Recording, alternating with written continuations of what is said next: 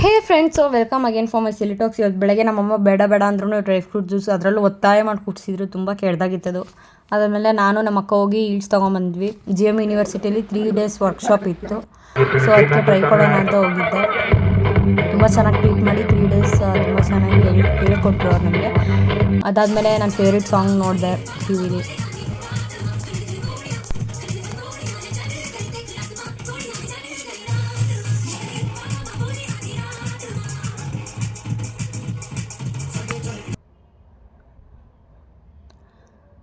ಅದಾದಮೇಲೆ T V ನೋಡ್ಕೊತ ನಾನು ಪರೋಟ ತಿಂದೆ. ರೆಡಿಮೇಡ್ ಪರೋಟ ಅದು ಆ್ಯಕ್ಚುಲಿ.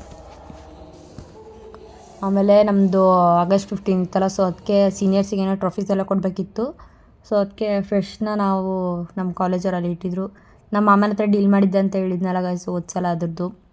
ಇವತ್ತು ಟೈಮ್ ಸಿಕ್ತು ವಾಶ್ ಮಾಡೋದಕ್ಕೆ. ಅದಾದಮೇಲೆ ಜ್ಯೂಸ್ ಕುಡಿದ್ವಿ ನಾನು ನಮ್ಮ ಮಗಳು.